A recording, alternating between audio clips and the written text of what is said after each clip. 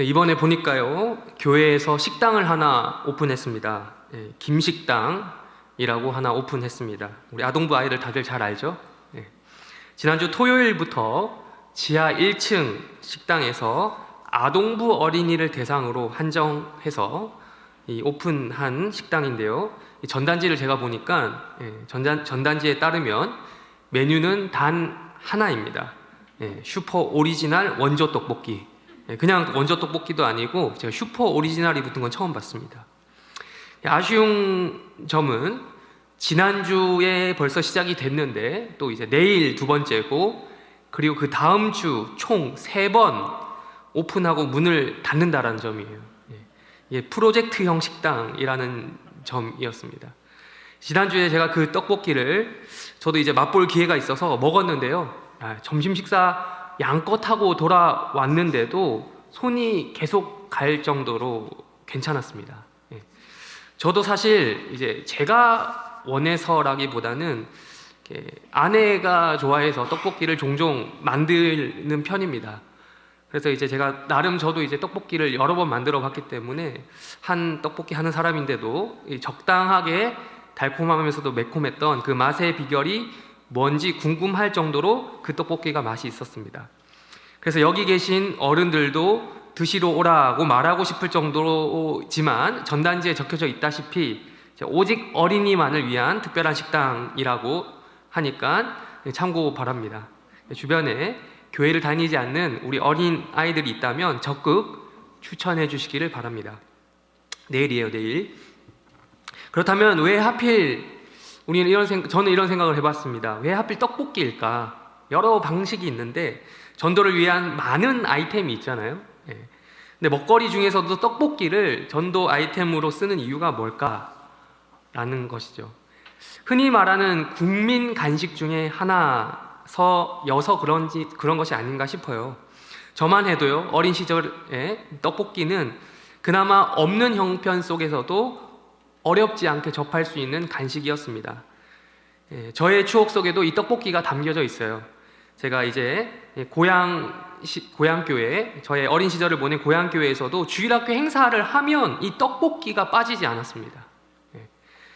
근데 이제 솔직히 말씀드리자면, 근데 솔직히 하다는 것은 이제 여기서만 밝히는 게 아니라 사실은 다 알고 있는 사실인데, 제 주변에서는 저희 가족들 다 알고 있는 사실인데, 그때 먹었던 떡볶이가 맛이 없었어요. 그 이유는 저희 어머니가 하셨기 때문에. 제가 지금 불효자여서 그런 말 하는 게 아니고요, 진짜 맛이 없었습니다. 어머니가 해주시는 음식을 제가 대부분 맛있게 잘 먹거든요. 집밥 잘 먹는데, 지금도 고향에 내려가면 참 맛있게 먹는데, 그 중에서도 저희 어머니가 끓여준 그 멸치 국물로 만든 떡국이 참 맛있습니다. 사골 말고 저는 멸치 국물. 그런데 이제 떡은 떡인데 이 떡볶이만큼은 예외였어요. 밖에서 파는 거랑 너무 비교되는 거예요. 맛이 없었어요. 생각을 해보면 안 달아서 그랬던 것 같아요. 안 달아서, 달지 않아서. 단맛보다 짠맛이 좀 더 있었어요. 밖에서 사 먹는 건 안 그러잖아요. 달달하잖아요. 그래서 사람마다 뭐 입맛 취향 차이가 있겠지만 저는 이제 기본적으로 달달하고 매콤해야 맛있다고 생각한 것 같아요.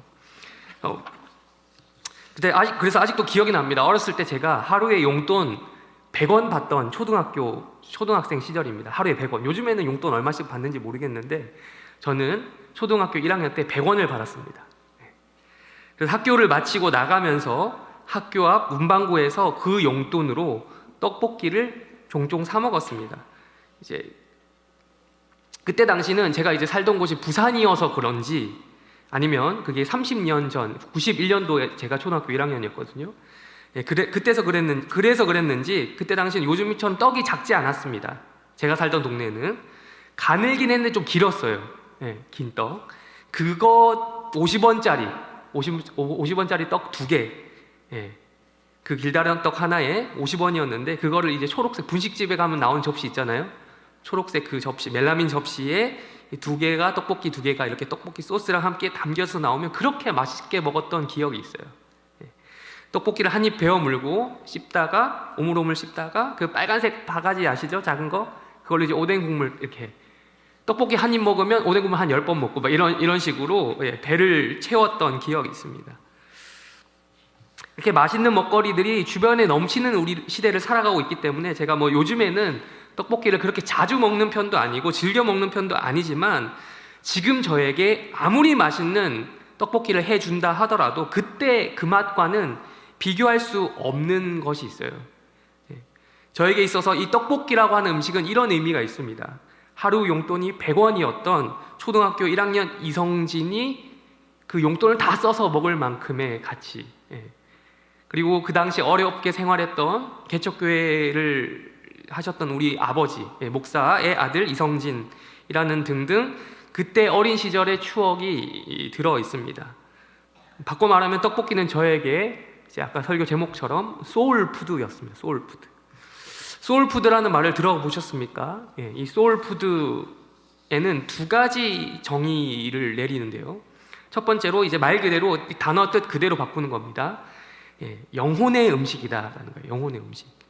먹는 이의 영혼을 쫙 채워주는 그런 음식이다라는 뜻이죠. 가장 언제 그런 것들이 채워지냐? 가장 힘든 시절에 먹었던 음식이 곧 소울푸드가 되는 거예요. 이 말의 기원은 미국 남부의 흑인에게서 찾아볼 수 있습니다.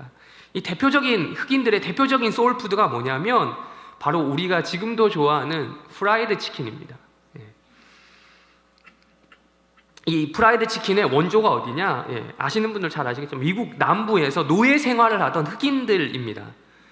옛날에 그 흑인들이 노예 생활을 할 때 농장주였던 백인들이 치킨에 좋은 것들, 가슴살 이런 것들, 살이 많은 부분들을 자기가 먹고 뭐 뼈 위주의 그 살코기 좀 붙어 있는 날개라든지, 지금 날개 좋아하시는 분들 계시지만 그때 날개들은 좀 없는 사람들이 먹는 거였나 봐요.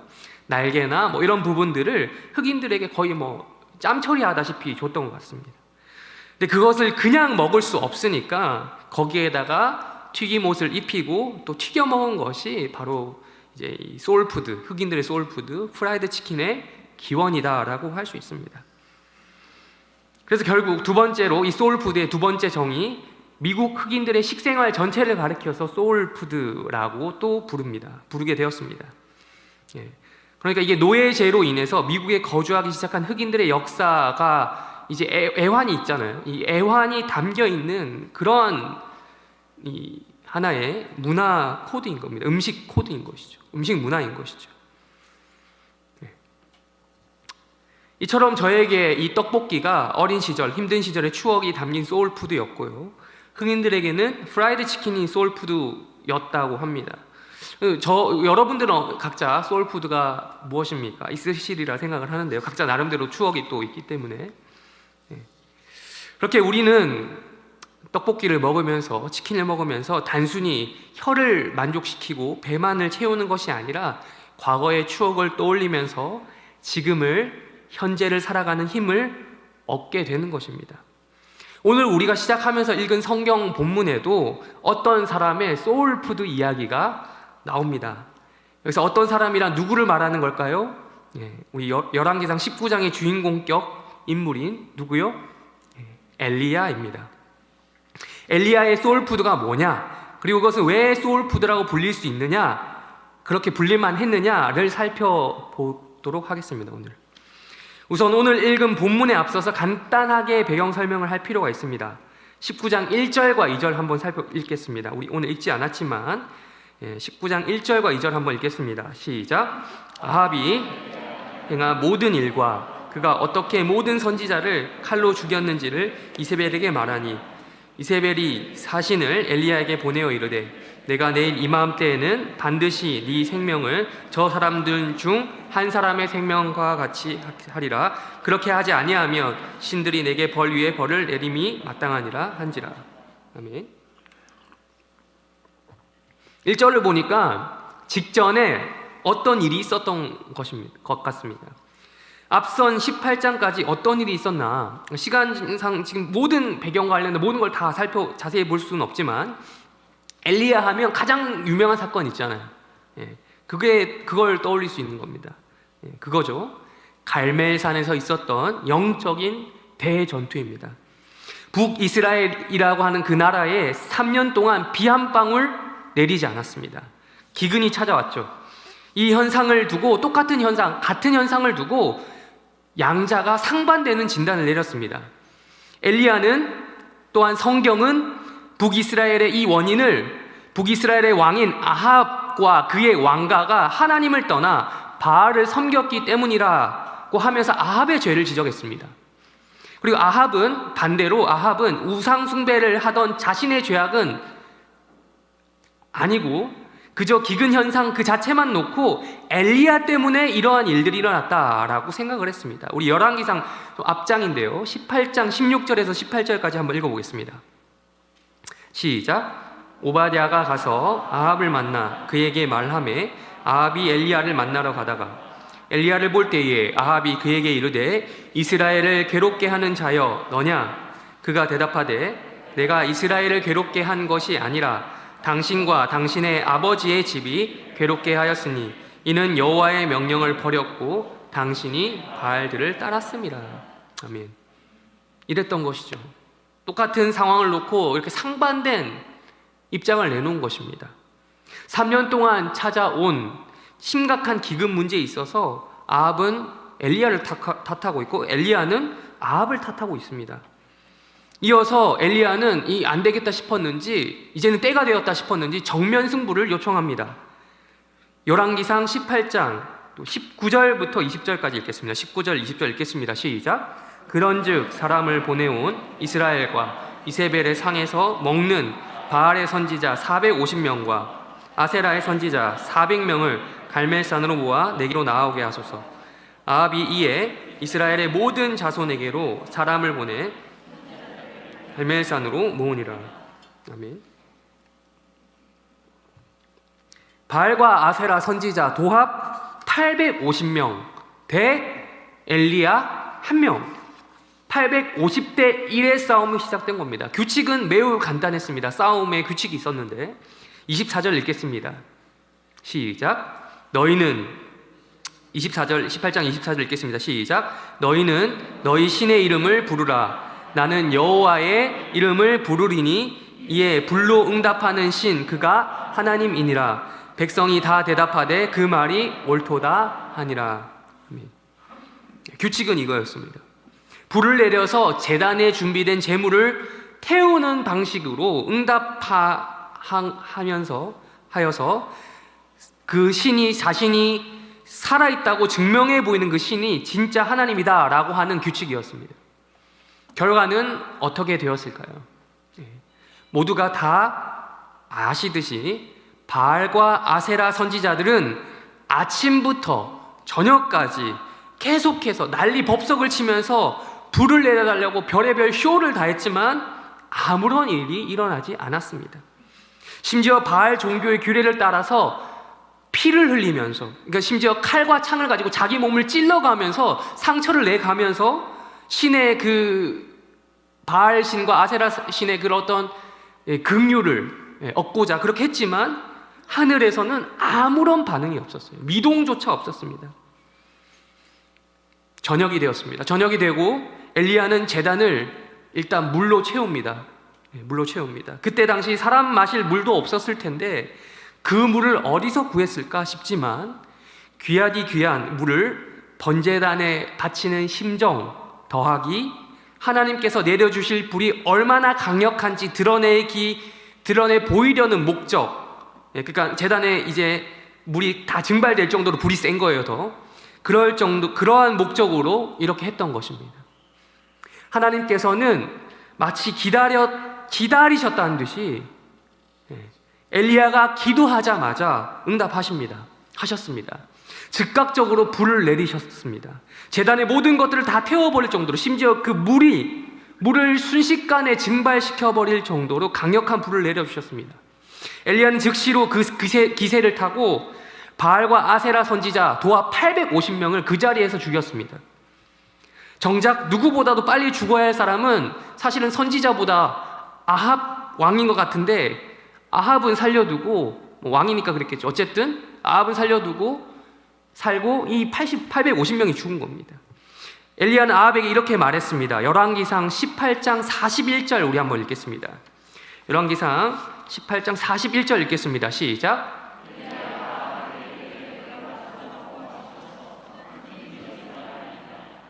아멘.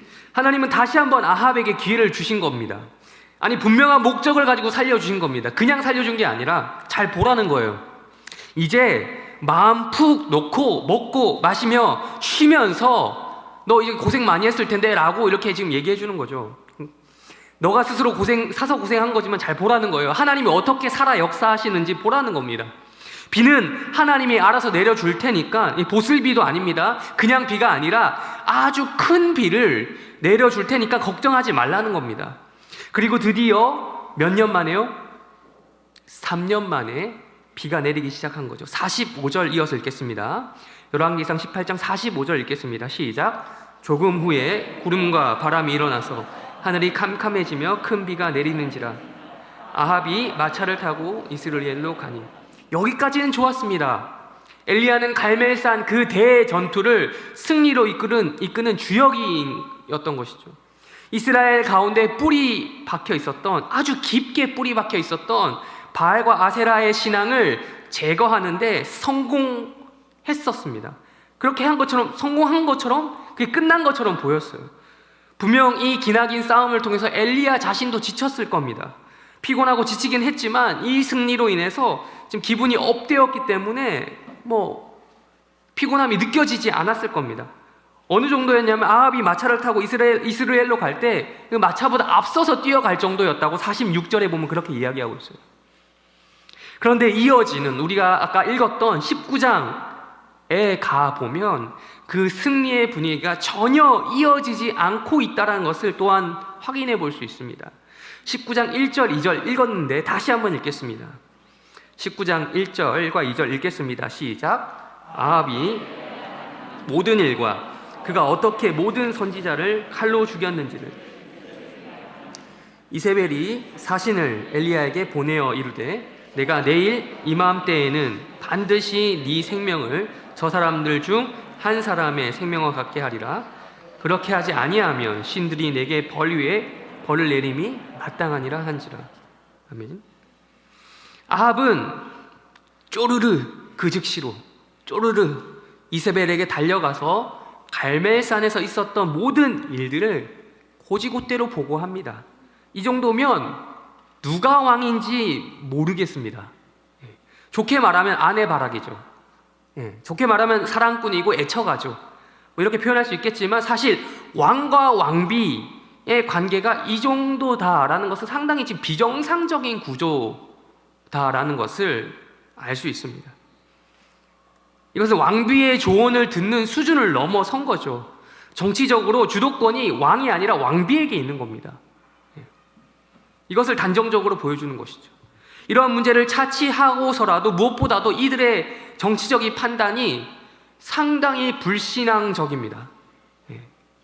하나님을 거부하고 적극적으로 반역을 하는 그런 판단을 내리고 있는 것이죠. 아합은 봤습니다. 자기 눈으로 똑똑히 지켜봤습니다. 바알과 아세라가 패배하는 그 장면을 두 눈으로 똑똑히 목격했음에도 불구하고 그 누구보다도 바알 숭배와 아세라 숭배에 앞장서는데 일조했던 이세벨에게 이 사건에 대한 후속 조치를 어떻게 해야 되는지 맡겨버리는 거예요. 이세벨은 갈멜산 전투의 결과에도 눈 하나 꿈쩍하지 않았습니다. 그 정도의 강성 신자였어요. 바알 신앙. 강성. 그게 어쨌다냐는 거예요. 그런 식으로 나온 거죠. 그러면서 2절에서 사람을 엘리야에게 보내면서 이렇게 경고합니다. 야, 너 지금 네가 다 이긴 것 같지? 그래서 너 뭐 좀 지금 되는 줄 알지? 라고 하면서 야, 너도 내일쯤 되면 네가 죽였던 걔네들 있지, 850명? 너도 똑같이 그렇게 될 거야 라고 살인 예고, 협박을 하는 것이죠. 엘리야 입장에서는 최소한 3년을 기다린 싸움이었습니다. 3년을 준비했을 싸움입니다. 그리고 이겼어요. 그러면 반전이 일어나야 될 거 해야 될 거 아닙니까? 그러나 그의 앞에는 최소한의 보상은커녕 오히려 목숨의 위협을 받는 상황이 놓여 있는 거예요. 엘리야는 황당했을 겁니다.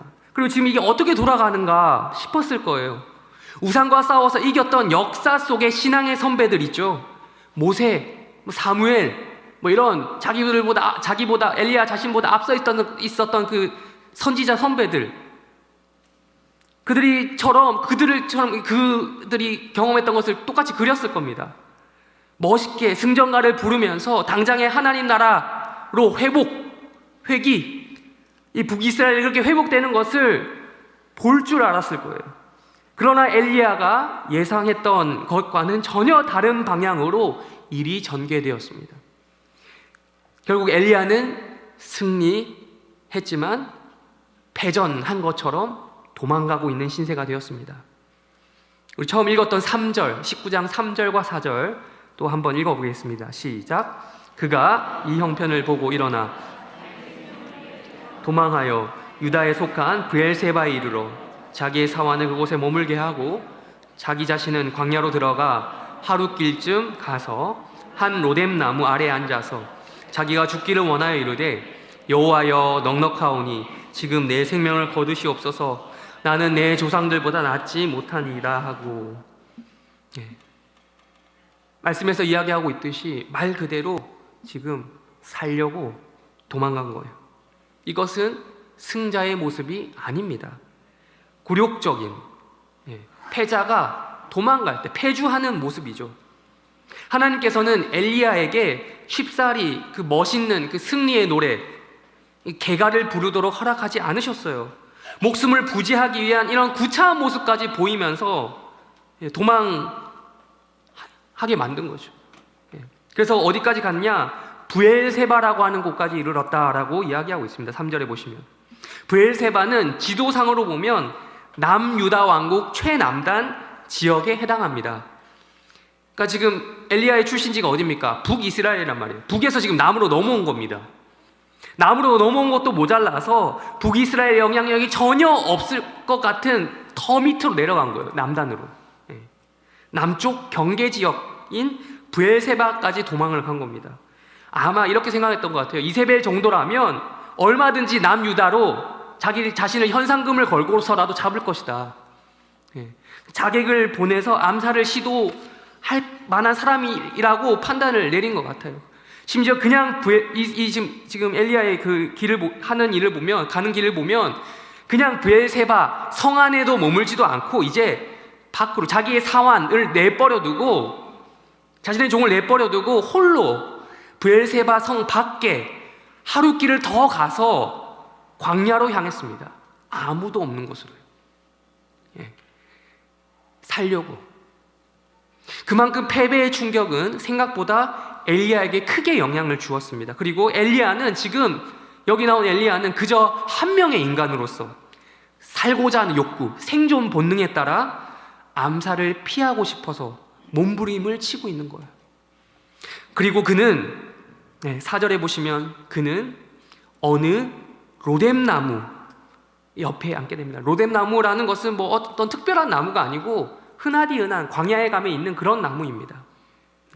더 도망가고 싶어도 피곤하고 지치고 힘들어서 더 도망가지 못했던 것 같습니다. 심지어 아무것도 먹지 못했기 때문에 배까지 고팠습니다. 앞서 18장 끝 부분에서 봤던 것처럼 그 나쁜 놈 있죠. 이 지경까지 상황을 만든 놈은 누구예요? 자기가 아니고 누구예요? 아합이란 말이죠. 아합은 지금 이세벨이랑 서로 노닥거리면서 자신들이 승리에 취한 듯이 잔뜩 먹고 마시고 있을 거란 말이에요. 근데 정작 엘리야는 어떻습니까? 자기는 이겼는데도 지금 빵 한 조각이 못 먹고 굶어 죽을 지경인 거예요. 그래서 엘리야는 4절에서 이렇게 한탄 어린 말을 늘어놓았던 것이죠. 죽기를 원하여 이르되 여호와여 넉넉하오니 지금 내 생명을 거두시옵소서.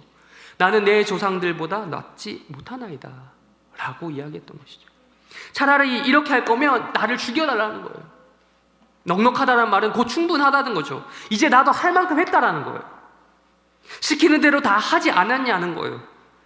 그런데 나를 이렇게 취급할 수 있냐라는 말이죠. 토사구팽이라는 말이 있죠. 나를 써먹을 만큼 다 써먹고 그냥 팽 해버리냐는 거예요.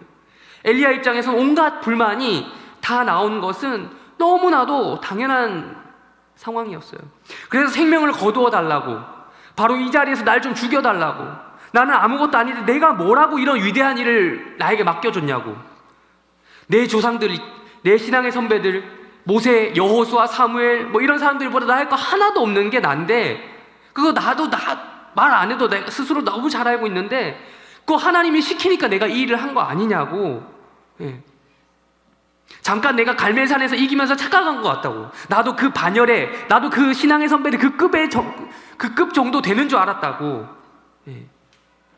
생각했던 것이. 그런데 그게 아니었다란 말이에요. 착각이었단 말이에요. 나는 절대 그 급이 되지 못한다라는 것을 이야기하고 있는 거예요. 18장까지 분명히 엘리야는 당당했습니다. 예. 그때는 먹을 거 먹지 못해도 당당했어요.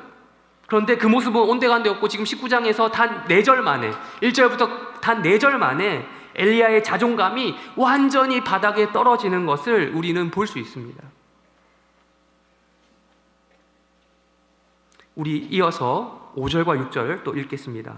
5절과 6절 읽겠습니다. 시작. 로뎀나무 천사가 그를 어루만지며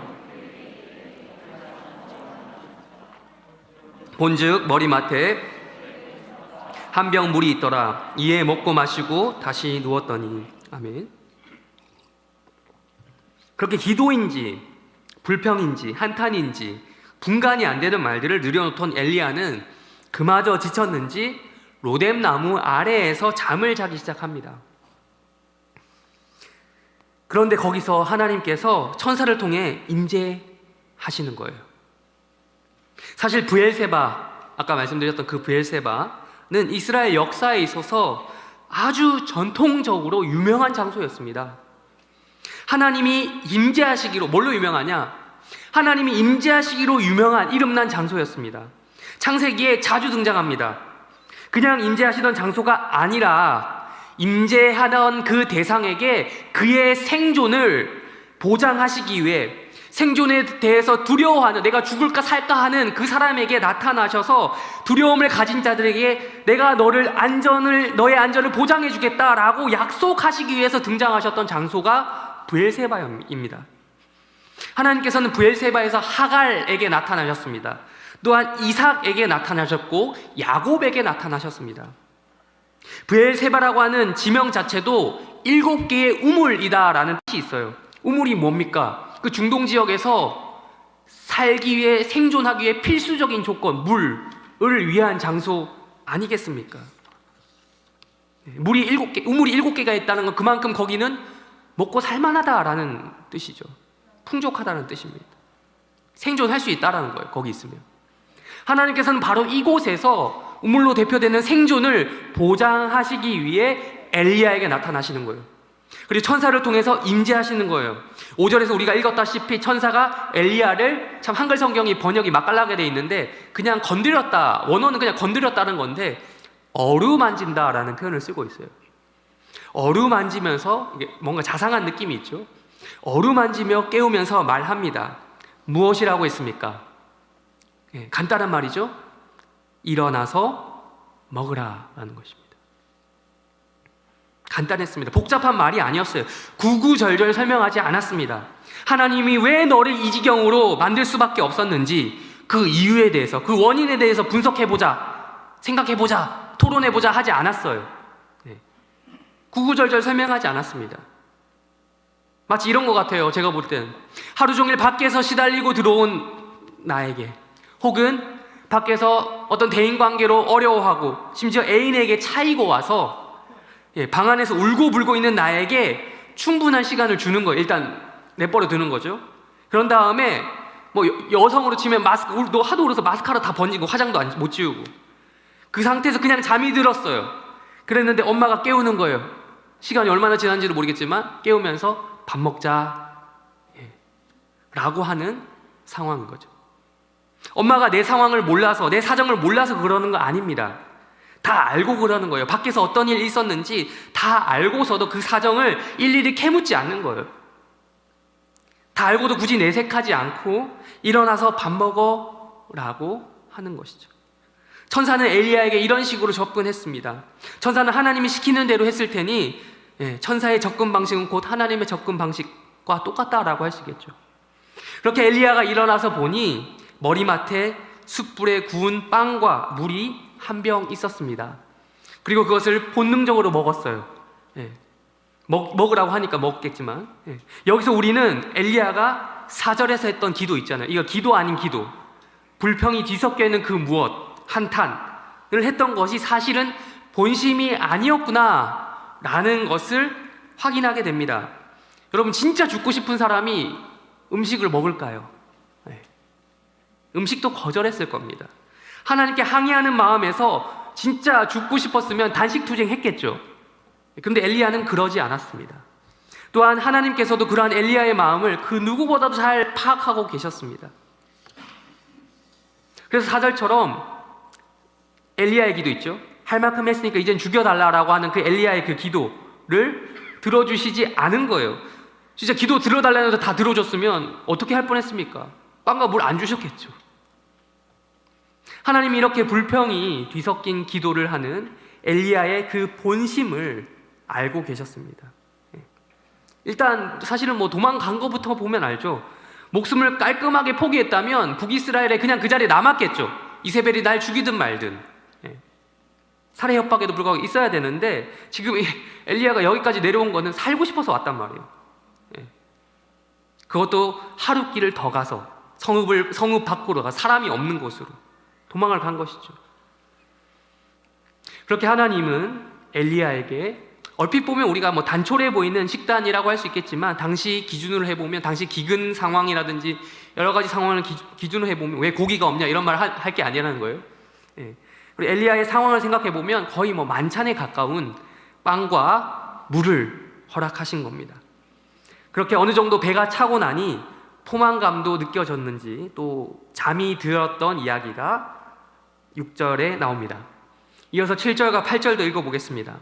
시작. 여호와의 노하시 와서 어루만지며 이르되 일어나 먹으라. 네가 갈 길을 다 가지 못할까 하노라 하는지라.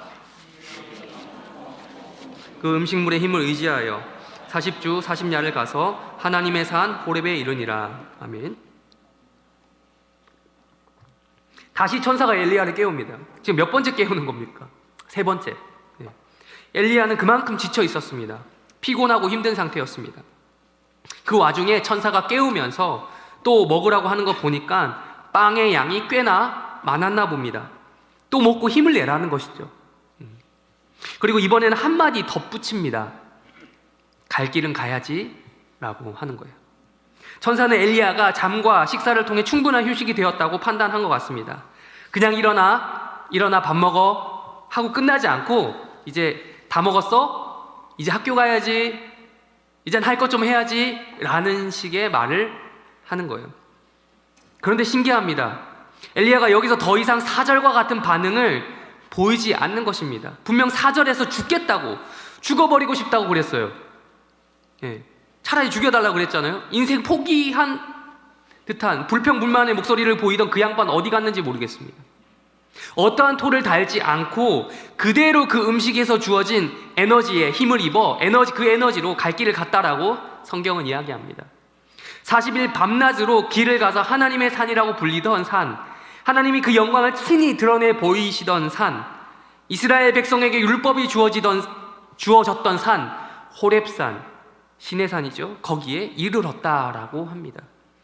엘리야에게 브엘세바의 광야의 어떤 로뎀나무 아래에서 천사를 통해 충분히 휴식을 허락하셨던 하나님은 이 호렙산에서 다시 한번 놀랍게 역사하실 예정입니다. 그 이후의 일들이 말씀에서 계속해서 등장하게 됩니다.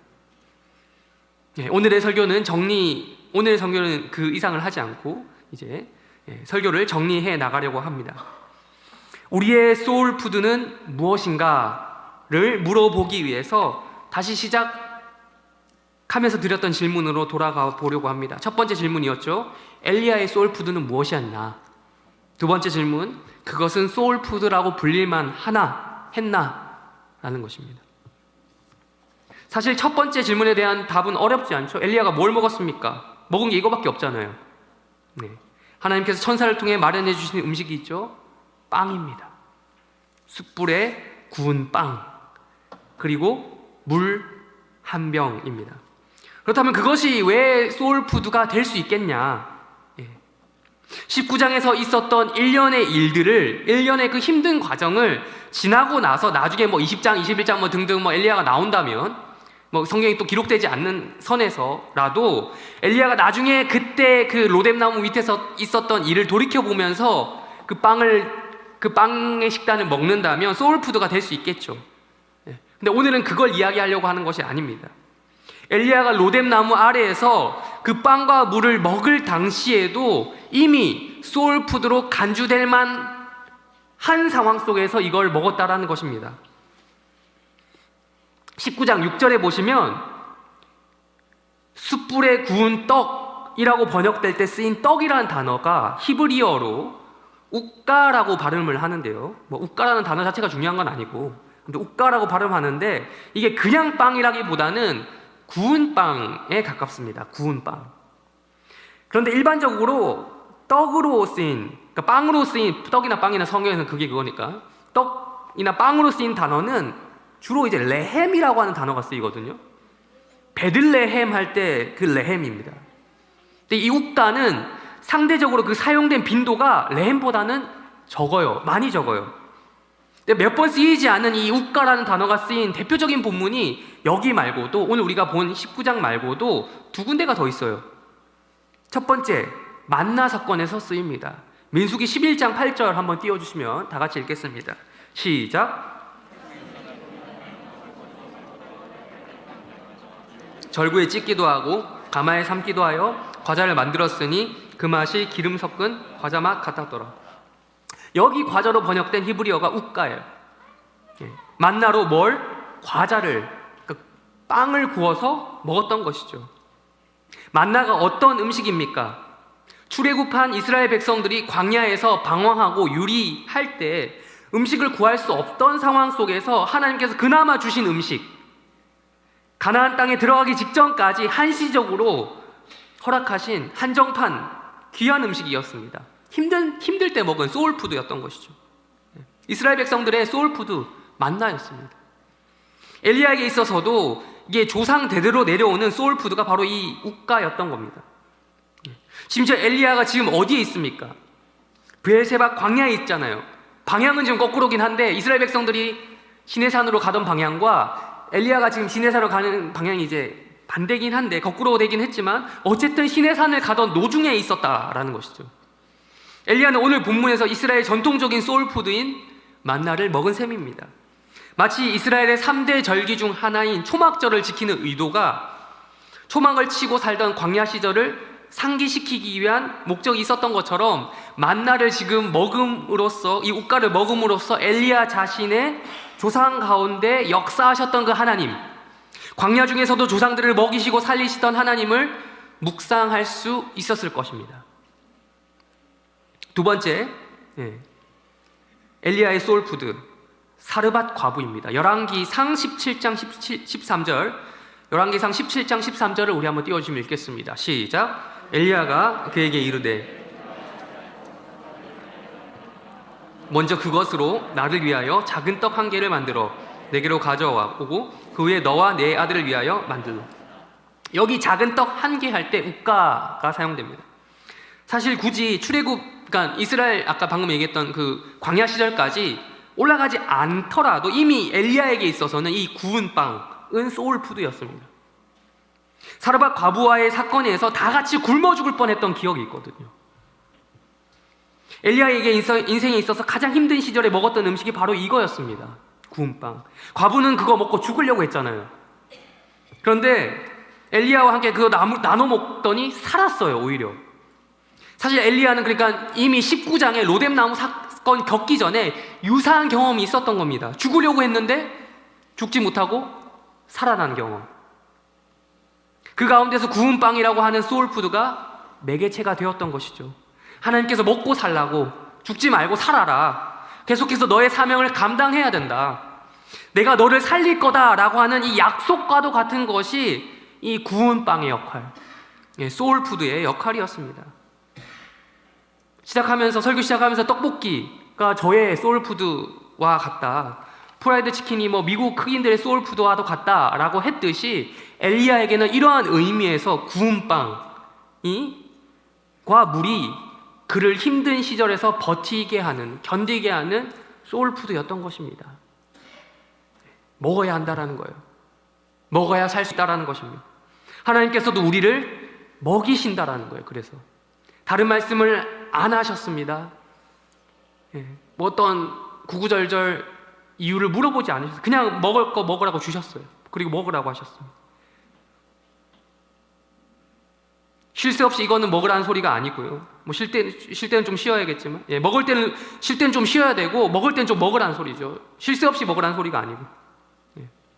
무엇보다도요, 예배를 사모하면서 예배의 자리에 나와서 말씀 먹기를 사모해야 된다라는 것식으로 우리는 적용해 볼 수 있습니다.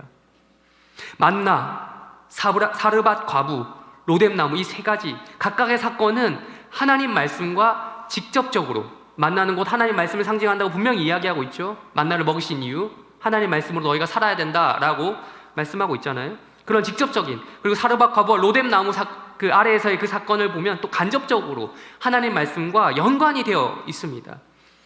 그러니 우리는 이 말씀이 울려 퍼지는 장소인 예배를 사모하며 이 자리에 나와서 말씀 먹기를 사모해야 한다는 것이죠. 이렇게 힘든 시절, 힘든 사람한테 가서 우리는 어떻게 해야 되겠습니까? 또 우리 주변에 우리 말고도 또 힘든 사람도 있겠죠. 우리 자신도 힘들지만, 우리도 먹어야겠지만 주변에 힘들어하는 사람도 있잖아요. 가서 구구절절 말할 수는 있겠죠. 할 수는 있는, 필요에 따라 말할 수 있겠지만 그 전에, 잔소리 하기 전에 밥 한 끼 사주십시오. 밥 한 끼 사주면서 먹으면서 이야기하십시오. 그리고 복음을 전하십시오. 좋아하는 거 사주면서, 내가 좋아하는 거 말고 그 사람의, 나의 소울푸드 말고 그 사람의 소울푸드를 나누면서 이야기하십시오. 교회에서 떡볶이도 먹어야겠습니다. 그리고 이따가 우리 아동부 아이들과 우리 학생들에게 나눠줄 구슬 아이스크림이나 핫초코 이런 것도 먹어야겠어요. 많이 먹으면 좋죠. 한 장보다 두 장 받는 게 더 좋잖아요. 쿠폰. 먹어야겠습니다. 이렇게 먹되, 떡볶이도 먹고 구슬 아이스크림도 먹고 이것도 먹되, 무엇보다도 하나님의 말씀을 먹여야 하고 먹어야 하는 것입니다. 이렇게 우리 교회가 먹거리가 풍성한 교회가 되었으면 좋겠습니다. 그런 해림교회가 되기를 소망합니다. 교회에서 먹었던 것들, 제가 어렸을 때 교회에서 먹었던 것들 기억합니다. 과자 심지어 받은 것까지 또 기억해요. 제가 어렸을 때는. 그런 것들이 우리의 소울푸드가 되기를 소망합니다. 거기서 끝나면 안 되겠죠. 떡볶이에서 끝나면 안 되겠죠. 떡볶이를 주는 이유는 그 떡볶이라는 매개체를 통해서 복음을 전하기 위함 아니겠습니까? 이곳에 나오면 우리가 육적으로 먹는 떡볶이든 영적으로 먹게 되는 말씀이든 그 무엇이든 간에 언제든 먹을 것들이 풍성한 그런 교회가 되기를 소망하며 설교를 마치겠습니다.